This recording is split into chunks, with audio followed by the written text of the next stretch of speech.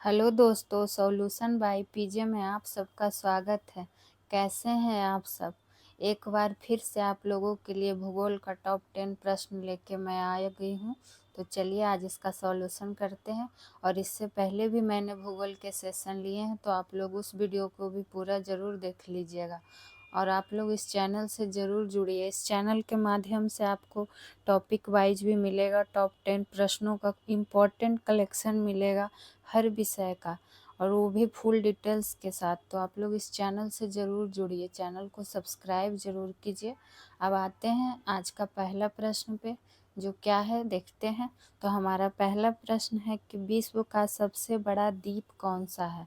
यहाँ आपसे द्वीप से क्वेश्चन है कि विश्व का सबसे बड़ा द्वीप पूछ लिया गया।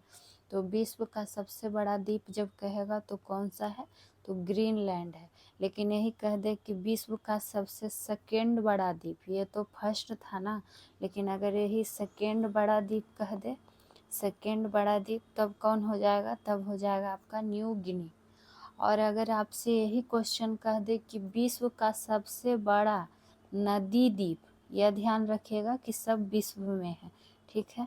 तो बड़ा नदी द्वीप, यहाँ यही है कि आपको क्वेश्चन का कलेक्शन बहुत अच्छे से मिलेगा और आपका नोट्स भी तैयार हो जाएगा। सारे कंफ्यूजिंग क्वेश्चन का आपका सॉल्यूशन आपको यहाँ पर मिल जाएगा। तो जब बात कहेगा कि विश्व का सबसे बड़ा नदी द्वीप कौन सा है, तो वो हो जाएगा माजुली।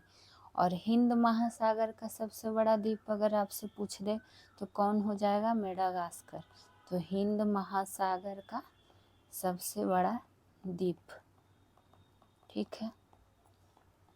अब आते हैं दूसरे क्वेश्चन की ओर। दूसरा क्वेश्चन हमारा क्या है कि करीबा बांध किस नदी पर स्थित है। यहाँ आपको बांध दे दिया गया है और किस नदी पर स्थित है ये जान लेते हैं। तो करीबा बांध से पहले और कुछ बांध के बारे में जानते हैं, जैसे कि भाखड़ा बांध हो जाता है, जो किस नदी पर स्थित है, भाखड़ा बांध। तो भाखड़ा बांध जो हो जाता है आपका सतलज नदी पर है। और ये सब कुछ इम्पोर्टेंट बांध और नदी हैं, तो आपको जानना ज़रूरी है। तो भाखड़ा बांध किस नदी पे, तो सतलज नदी पर। उसी तरह महानदी पर कौन सा बांध, तो महानदी पर है आपका हीराकुंड बांध, जो कि मतलब इम्पॉर्टेंट है, उसी का कलेक्शन आपको दिया जाता है। बात करेंगे कि नील नदी पर कौन सा बांध है, तो नील नदी पर है कौन सा बांध, तो आसबान बांध। आसबान बांध आप लोग भी नोट डाउन करते जाइएगा, सारे सब्जेक्ट का आपको हैंड रिटन नोट्स यहाँ से तैयार हो जाएगा। बात करेंगे जाम्बेजी, तो यही जाम्बेजी नदी पर कौन सा बांध स्थित है, तो आपका करीबा बांध स्थित है, ठीक है। तो ये थे कुछ बांध और नदी से स्थित। अब आइए क्वेश्चन नंबर 3 पे। क्या है हमारा क्वेश्चन नंबर 3 कि मधुमलाई पशु विहार किन दो राज्यों की सीमा पर स्थित है। यानी कि मधुमलाई नाम है और ये पशु विहार है, और आपको पूछ लिया गया है कि किन दो राज्यों की सीमा पर स्थित है। तो ये किन दो राज्यों की सीमा के बीच पर स्थित है, तो ये आपका है कर्नाटक और केरल राज्यों की सीमा के बीच है। तो ध्यान में आपको रख लेना है। उसी तरह अगर आपसे पूछ दे कि जंगली गधा कहाँ पाया जाता है, जैसे मधुमलाई पशु विहार कौन सा सीमा पे हो गया राज्यों का, तो कर्नाटक और केरल। उसी तरह का जंगली गधा कहाँ पाया जाता है, तो जंगली गधा आपका पाया जाता है कच्छ के रण में। और कच्छ के रण कहाँ पड़ता है, तो गुजरात में। ये तो आप लोग को पता होगा, और यह जंगली गधा से संबंधित है। अगर उसी तरह आपसे पूछ ले कि आप लोग को पता होगा कि साइलेंट वैली राष्ट्रीय उद्यान कहाँ है, तो ये आपका केरल में है। कहाँ है, तो केरल में है। और यहाँ क्या पाया जाता है, तो मूछ लिखा गया, शेर की पूछ वाला मकाऊ। आपको देख रहे हैं सारा क्वेश्चन एक जैसा लगेगा, उसी का कलेक्शन लाया जा रहा है, ताकि आपको इससे संबंधित जो भी प्रश्न हो अच्छे से सॉल्व हो जाए। तो अगर पूछ ले कि शेर की पूछ वाला मकाऊ कहाँ पाया जाता है, तो साइलेंट वैली राष्ट्रीय उद्यान में, जो कि है कहाँ, तो केरल में। असम में एक नाम याद रख लीजिएगा कि यहाँ कौन सा, तो मानस वन्य जीव विहार। कौन जीव विहार, तो मानस वन्य जीव विहार। और ये सब सारे इम्पॉर्टेंट कलेक्शन हैं, तो आप लोग नोट डाउन ज़रूर कीजिएगा। अब आइए क्वेश्चन नंबर 4 पे कि भारत में दालों का सबसे बड़ा उत्पादक राज्य आपसे पूछ लिया गया, यानी कि दाल के मामले में सबसे बड़ा उत्पादक राज्य कौन सा है।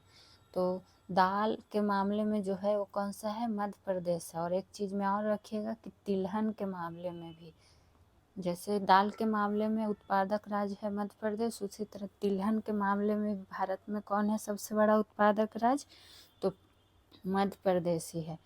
लेकिन यही आपसे पूछ दे कि भारत में सबसे बड़ा चाय उत्पादक कौन होगा, चाय उत्पादक तब कौन हो जाएगा, असम। चाय तो आप लोग बहुत पीते हैं, चाय के प्रेमी बहुत होते हैं सब, तो चाय उत्पादक राज्य कौन सा है भारत में सबसे बड़ा, तो असम हो जाता है। वही पूछ दे कि जूट का सर्वाधिक खेती कहाँ होता है, तो पश्चिम बंगाल में। और सबसे बड़ा कपास उत्पादक अगर आपको पूछ दे तो कौन सा हो जाएगा, गुजरात। कपास उत्पादक में कौन सा हो जाएगा, तो गुजरात। ठीक है, अब आते हैं 5वें क्वेश्चन की, और हमारा 5वां क्वेश्चन है, क्या देख लेते हैं। ये देखिए, लैटेराइट मृदा मुख्यतः किन राज्यों में पाई जाती है, पूछ लिया गया है। तो जो लैटेराइट मृदा है वो मुख्यतः मालाबार तटीय प्रदेश में पाया जाता है। ये तो आप लोग को पता होगा कि मालाबार तटीय प्रदेश में मुख्यतः पाया जाता है, जो कि कहाँ कहाँ पड़ेगा, तो केरल, कर्नाटक, महाराष्ट्र, यानी कि सभी राज्यों में, इन सभी राज्यों में क्या होता है, लेटेराइट मृदा पाया जाता है। और इसमें कौन कौन सी खेती किसकी किसकी अच्छी होती है, जैसे कि चाय की, इलायची की, या फिर काजू की, ये सब चीज़ों की खेती इस मृदा में अच्छी होती है। और लोहे की मात्रा अधिक होने के कारण, किसकी मात्रा, तो लोहे की मात्रा अधिक होने के कारण ये मिट्टी क्या हो रहा है, दिन पर दिन क्या हो रहा है, बंजर होता जा रहा है। ये पॉइंट भी आपको ध्यान में रख लेना। अब आते हैं क्वेश्चन नंबर 6 की ओर। भारत की मीठे पानी की सबसे बड़ी झील क्या है, तो भारत के कुछ इम्पोर्टेंट झील है जो एग्जाम में रिपीटेड होते रहते हैं, और आपको मैंने भारत का सारा इम्पोर्टेंट झील संडे वाले सेशन में ज्योग्राफी में झील वाला पढ़ाया है, तो आप लोग उस वीडियो को पूरा जाकर ज़रूर देख लीजिएगा। संडे स्पेशल में आपको टॉपिक वाइज करवाया जाता है हर विषय का, तो आप लोग उस वीडियो को देखिए, उसमें आपको भारत का सारा महत्वपूर्ण झील बताया हुआ है। अब देखिए, यहाँ आपसे पूछा गया भारत का मीठा पानी का सबसे बड़ा झील, तो जो कौन सा है, तो ये है आपका वुलर झील।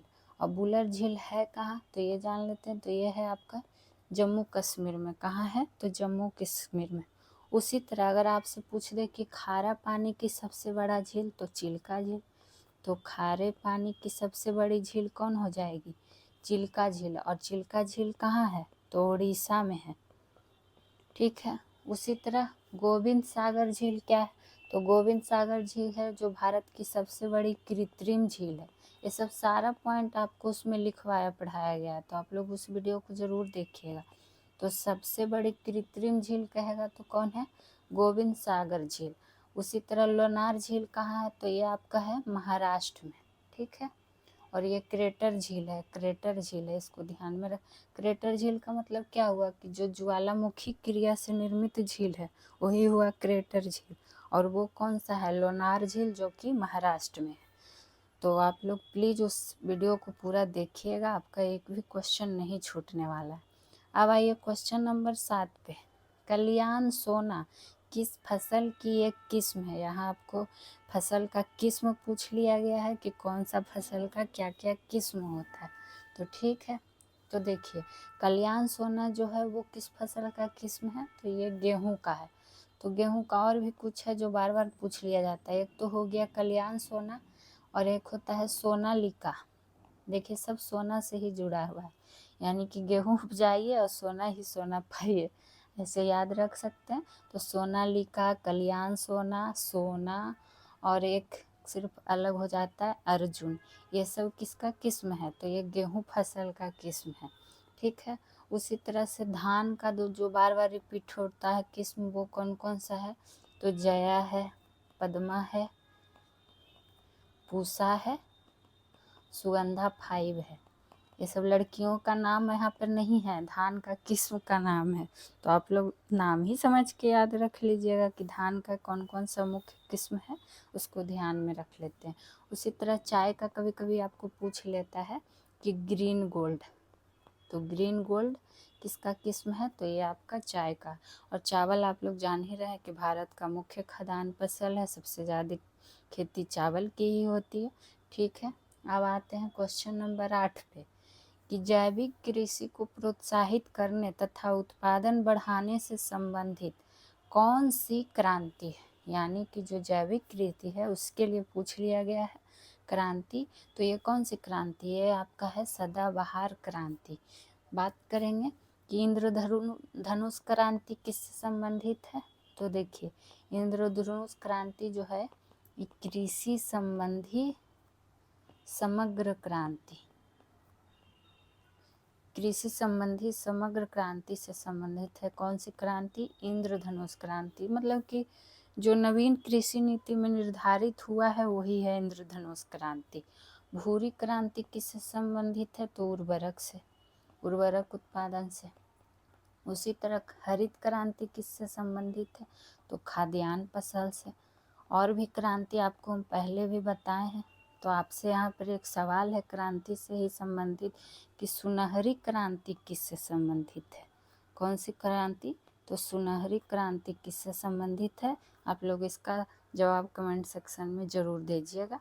अब आइए क्वेश्चन नंबर 9 पे, कॉफ़ी कृषि बोर्ड का मुख्यालय कौन है। कुछ मुख्यालय ये जान लेते हैं जो कि ज़रूरी है। तो कॉफ़ी कृषि बोर्ड का मुख्यालय कहाँ है, ये आपका है कर्नाटक के बेंगलुरु में। कैसे कॉफ़ी, कैसे कर्नाटक, इस तरह से याद रख ले सकते हैं कि कॉफ़ी कृषि बोर्ड का मुख्यालय अगर पूछ लेगा तो कहाँ है, कर्नाटक के बेंगलुरु में।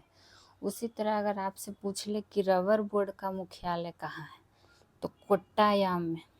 रबर बोर्ड का मुख्यालय कहाँ है, तो कोट्टायाम में। अब कोट्टायाम कहाँ पड़ता है, तो यह आपका केरल में पड़ता है।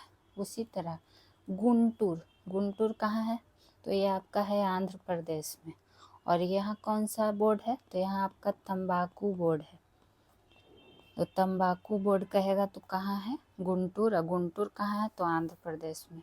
कोलकाता में क्या है, तो कोलकाता में है जो आप लोग बहुत पीते हैं, तो चाय बोर्ड। आप देखिए चाय ही चाय आ रहा है प्रश्न में, तो चाय बोर्ड कहाँ है, कोलकाता में। तो इतना चीज़ आपको बोर्ड से रिलेटेड, मुख्यालय से रिलेटेड याद रख लेना है। अब आइए आज का 10वां और अंतिम प्रश्न क्या है कि देश का सबसे बड़ा बंदरगाह कौन सा है। तो आप लोग जानते ही हैं कि अभी तक वर्तमान में भारत में कितना बंदरगाह है। वर्तमान में अगर पूछ ले कि भारत में वर्तमान में कितना बंदरगाह है, वर्तमान में बंदरगाहों की संख्या तब कितना है, तो 13 है। कितना है, 13।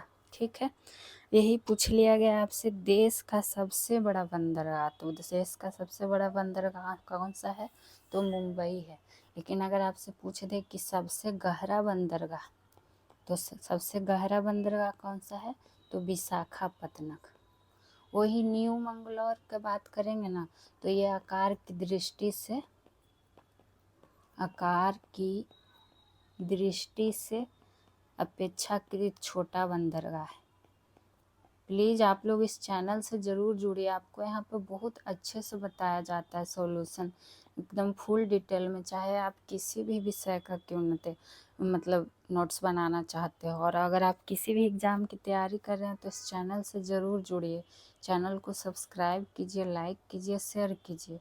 देखिए विशाखापत्तनम हो गया सबसे गहरा बंदरगाह, न्यू मंगलौर हो गया आकार की दृष्टि से अपेक्षाकृत छोटा बंदरगाह, और मुंबई हो गया सबसे बड़ा बंदरगाह। बात करते हैं चेन्नई का, तो चेन्नई से क्या याद रख सकते हैं, तो चेन्नई से आप याद रख सकते हैं कि कृत्रिम, रुकिए अच्छा से लिख देते हैं ताकि आप लोग को नोट्स बनाने में कोई दिक्कत नहीं हो। तो कृत्रिम और दूसरा सबसे बड़ा बंदरगाह, यानी कि मुंबई के बाद दूसरा सबसे बड़ा बंदरगाह और कृत्रिम बंदरगाह कौन सा हो जाएगा, तो हो जाएगा आपका कौन सा, चेन्नई। ठीक है, तो आप लोग ये सब सारा पॉइंट नोट कर लीजिएगा। और आज के लिए इतना ही, फिर मिलेंगे नेक्स्ट टॉप 10 प्रश्नों के कलेक्शन में। तो आप लोग चैनल से ज़रूर जुड़िए। तब तक के लिए खुश रहिए, स्वस्थ रहिए। Thank you.